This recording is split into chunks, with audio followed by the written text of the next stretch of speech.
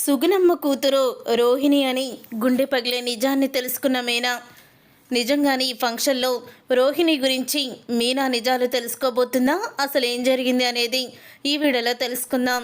విద్య అయితే రోహిణితో అంటూ ఉంటుంది, ఇంత మంచి అవకాశం మళ్ళీ రాదు, కాబట్టి నువ్వు ఖచ్చితంగా ఈరోజు బాలు ఫోను కొట్టేయాల్సిందే అని చెప్తూ ఉంటుంది. అవును, ఈ అవకాశం పోతే మళ్ళీ నాకు మంచి అవకాశం రాదు, ఖచ్చితంగా చేస్తాను అని అంటూ ఉంటుంది రోహిణి. అవును, ఇంతకీ మా అమ్మని రమ్మన్నావా అని అడుగుతూ ఉంటుంది రోహిణి. రమ్మన్నానే, చింటూ ఏమో స్కూల్కి వెళ్ళిపోతాడు కదా, మీ అమ్మ మాత్రం వస్తానంది. అదే వచ్చాక ఫోన్ చేయమన్నాను, ఎవరికి కనిపించకుండా లోపలికి తీసుకొస్తాను అని అంటూ ఉంటుంది విద్య.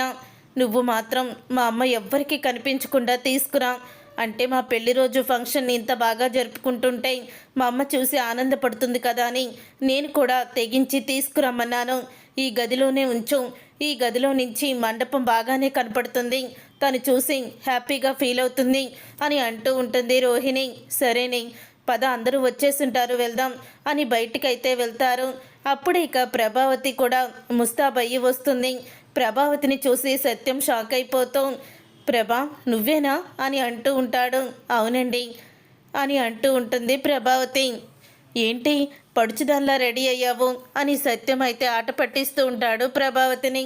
తర్వాత కామాక్షి అయితే వస్తుంది రోహిణిని అలాగే మనోజ్ని చూసి, రే మీ డ్రెస్సులు చాలా బాగున్నాయిరా, చాలా రిచ్గా కనిపిస్తున్నారు అని అంటూ ఉంటుంది. కామాక్షి రిచ్గా కనిపించడం ఏంటి, వాళ్ళు ఎప్పుడు రిచ్చే కదా అని ప్రభావతి అంటూ ఉంటుంది. అవును, మిగతా వాళ్ళేరి అని అడుగుతూ ఉంటుంది కామాక్షి.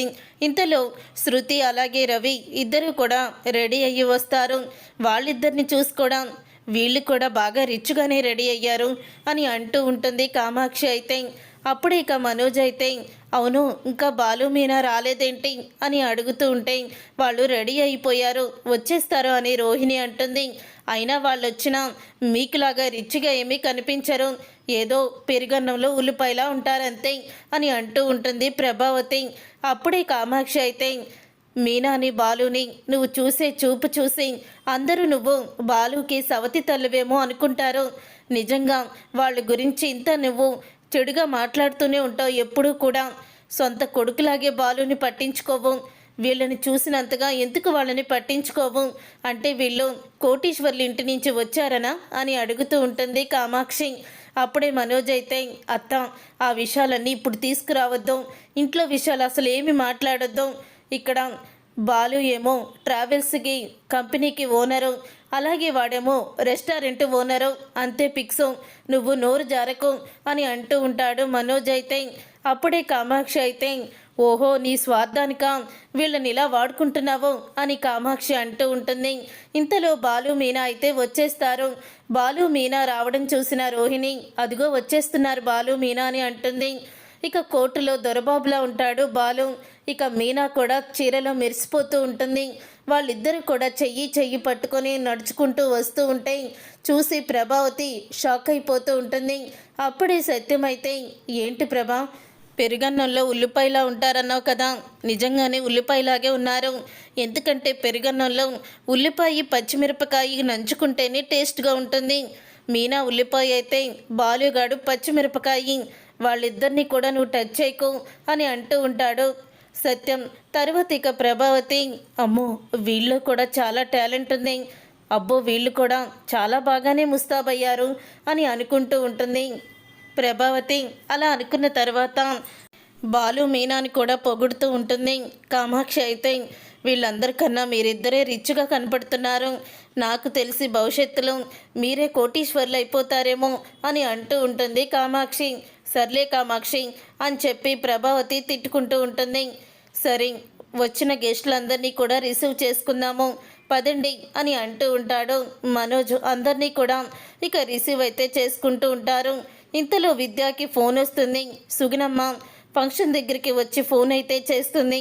అప్పుడే విద్య పక్కకు వెళ్ళి, వచ్చేసారా మీరు అని అడుగుతూ ఉంటే, వచ్చేసాను విద్య, లోపలికి ఎలా రాను అని అడుగుతూ ఉంటుంది సుగుణమ్మ.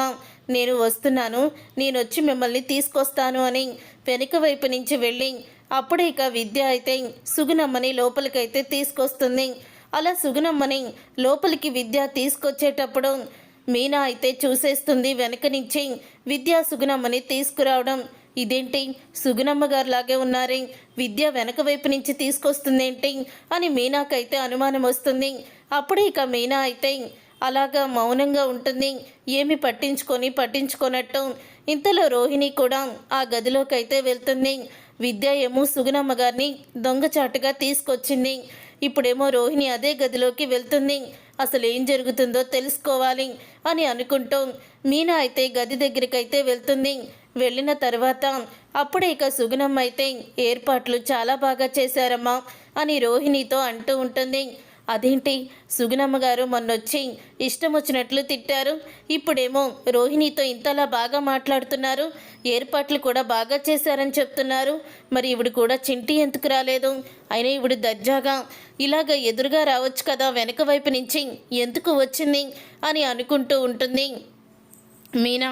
అవును, చింటి స్కూల్కి వెళ్ళాడా అని అడుగుతూ ఉంటే చింటూ స్కూల్కి వెళ్ళాడు, వాడికి సంగతి చెప్పలేదు, మళ్ళీ వాడిని తీసుకొస్తే ఏదో ఒక మళ్ళీ రిస్క్ చేస్తాడు, అందుకని ఏమి తీసుకురాలేదు అని సుగుణమ్మ అయితే చెప్తూ ఉంటుంది. అప్పుడే అమ్మ రోహిణి, పెళ్ళయ్యి సంవత్సరం అయ్యింది, ఈ సంవత్సరంలో ఎప్పుడూ కూడా నువ్వు నీ భర్తకి నిజం చెప్పాలని అనుకోలేదా? సంవత్సరాలు గడిచిపోతున్నాయి, అలా సంవత్సరాలు గడిచిపోయే కొద్దీ నీ గతం గురించి చెప్పకపోతే చివరికి నిన్ను వాళ్ళందరూ అపార్థం చేసుకుంటారు అని అంటూ ఉంటుంది సుగుణమ్మ. అప్పుడే ఇక షాక్ అయిపోతూ ఉంటుంది మీనా ఆవిడ మాటలు విని. ఇక విద్య అయితే నేను అదే చెప్తున్నానంటే అని విద్య అయితే చెప్తుంది. చూడమ్మా రోహిణి, ఎప్పుడైనా అవకాశం వస్తే ఖచ్చితంగా మీ ఆయనకి నీ గతం గురించి చెప్పు. చింటూ నీ కన్న కొడుకు అని, నేను నీ కన్న తల్లినని, కోటీశ్వరాలువి నువ్వు కాదని, మామూలు కుటుంబమేనని నిజం చెప్పు. ఆల్రెడీ నీకు ముందు పెళ్ళయ్యి భర్త చనిపోయాడని ఈ నిజాలన్నీ కూడా అర్థమయ్యేలా అతనికి చెప్పు, తను ఖచ్చితంగా అర్థం చేసుకుంటాడు అని అంటూ ఉంటే ఆ మాటలు విని షాక్ అయిపోతూ ఉంటుంది మీనా. షాక్ అయిపోతూ అంటే ఇన్ని రోజులు కూడా నేను సుగుణమ్మ గారి కూతురు ఎవరో అనుకున్నాను, రోహిణియే సుగుణమ్మ గారి కూతురు, చింటూకి కన్న తల్లి అన్నమాట. రోహిణి అత్తయ్యని ఎంత మోసం చేసింది, మనోజ్ని కూడా మోసం చేసింది, మరి ఇంత మోసమా? ఇప్పుడు ఏం చెయ్యాలి? ఇప్పుడే నిజాన్ని బయట పెడితే అత్తయ్య వాళ్ళు తట్టుకోలేరు, అలాగే మనోజ్ కూడా తట్టుకోలేడు. ఇక్కడ అందరూ కూడా పెద్ద పెద్ద వాళ్ళు వచ్చారు, మనోజ్ పరువు పోతుంది. ఈ విషయం తర్వాత ఖచ్చితంగా ఆయనతో చెప్పి బయట పెట్టాలి, లేకపోతే రోహిణి ఇలాగా మోసం చేస్తూనే ఉంటుందని అనుకుంటూ ఉంటుంది మీనా. తర్వాత ఇక సరేనమ్మా ఇక్కడే ఉండు, మేము ఇప్పుడే వస్తాము అని ఇక వెంటనే రోహిణి వాళ్ళు బయటకైతే వస్తారు. అప్పుడే ఇక మీనా అయితే రోహిణి ఇంత మోసమా, ఇంత నాటకమా, అస్సలు కూడా నాకు నమ్మబుద్ధి కావడం లేదు, అందుకనేనా చింటూ వాళ్ళు ఎప్పుడొచ్చినా నువ్వు తెగ టెన్షన్ పడిపోయేదానివి, అందుకనే చింటూ హాస్పిటల్లో ఉన్నప్పుడు కూడా నువ్వు చింటూ దగ్గరే ఉండేవాదానివి అని అన్నీ కూడా గుర్తు చేసుకుంటూ ఉంటుంది మీనా. చూసారుగా ఫ్రెండ్స్, రాబోయే కథలో ఖచ్చితంగా ఇలాగే జరగబోతుంది. మరి ఇలాగే జరగాలని మీరైతే కోరుకుంటున్నారా? అయితే వీడియోని తప్పకుండా లైక్ చేసి ఛానల్ని సబ్స్క్రైబ్ చేసుకొని పక్కనే ఉన్న గంట సింబల్పై ఆల్ని క్లిక్ చేయండి. అప్పుడే మేము పెట్టే ప్రతి వీడియో మీరు మిస్ కాకుండా చూసేవచ్చు.